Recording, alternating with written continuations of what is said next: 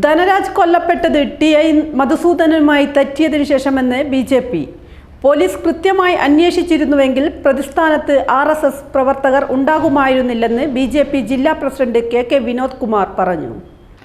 CPIM area സെക്രട്ടറിയുടെ ഭീഷണി ബി.ജെ.പിയോട് വേണ്ട. കുഞ്ഞികൃഷ്ണനെ വകവരുത്താൻ തീരുമാനിച്ചിട്ടുണ്ടെങ്കിൽ അത് തുറന്നു പറയണമെന്ന് കെ വിനോദ് കുമാർ. പയ്യന്നൂർ MLA ഓഫീസിലേക്ക് ബി.ജെ.പി. മാർച്ച് നടത്തും. MLA കൊട്ടേഷൻ ഗുണ്ടാ പ്രവർത്തനങ്ങൾ നടത്തുന്നതെന്ന് ആരോപിച്ചാണ് മാർച്ച്. ധനരാജ് മധുസൂദനും തമ്മിലുള്ള ബന്ധം എങ്ങനെയായിരുന്നു താങ്കൾക്കറിയോ? ധനരാജും മധുസൂദനും തമ്മിൽ നല്ല ബന്ധത്തിലായിരുന്നു.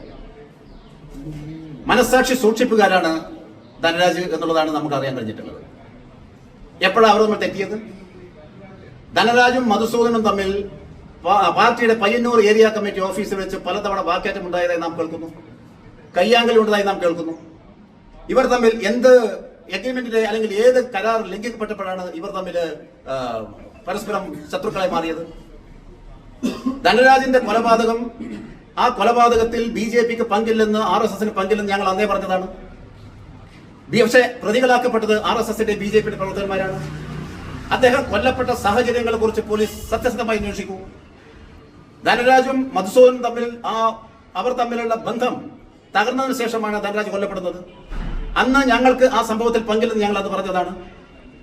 ആ സംഭവം ബി.ജെ.പിയുടെ അതിന് തുടർന്ന് ബി.ജെ.പിയുടെ കാര്യമായി രണ്ട് നേതാക്കന്മാരെയാണ് അവർ കൊലപ്പെടുത്തിയത്. BMS-ന്റെ നേതാവ് C.K. രാമേന്ദ്രനെ, ആർ.എസ്.എസിന്റെ നേതാവ് ചൂരിക്കാട് ബിജുവിനെ. ആർ.എസ്.എസിന്റെ കാര്യാലയം തകർത്തു പയ്യന്നൂരിൽ ബി.ജെ.പിയുടെ നിരവധി പ്രവർത്തകന്മാരുടെ വീടുകൾ തകർത്തു. CPM-ന്റെ മധുസൂദന്റെ കൊട്ടേഷൻ ടീം ആണ് ഈ കൃത്യങ്ങൾക്കെല്ലാം നേതൃത്വം കൊടുത്തിട്ടുള്ളത്. ഈ അക്രമവും എല്ലാ കാര്യങ്ങളും നേതൃത്വം കൊടുത്തിട്ടുള്ളത്. തങ്ങളുടെ ബന്ധം തകരാൻ എന്തായിരുന്നു കാരണം? ഇനി ധനരാജിന്റെ വീടിന് വേണ്ടി എത്ര ലക്ഷം രൂപ പിരിച്ചു?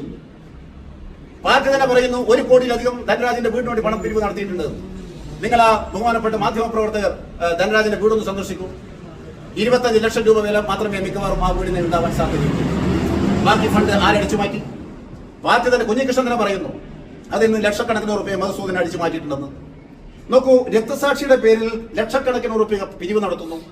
ആ ഫണ്ട് വെട്ടിപ്പ് നടത്തുന്നു. ആ ഫണ്ട് തന്റെ പോക്കറ്റിലേക്ക് കൊണ്ടുപോകുന്നു. ഇതൊരു MLA ചെയ്യേണ്ട പണിയാണ്.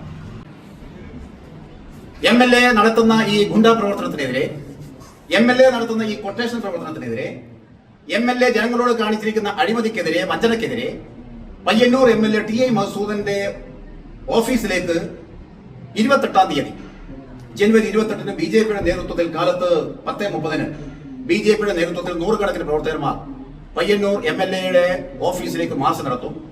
പാർട്ടിയുടെ സംസ്ഥാന general secretary Shri M.T. Ramesh March ഉദ്ഘാടനം ചെയ്യും.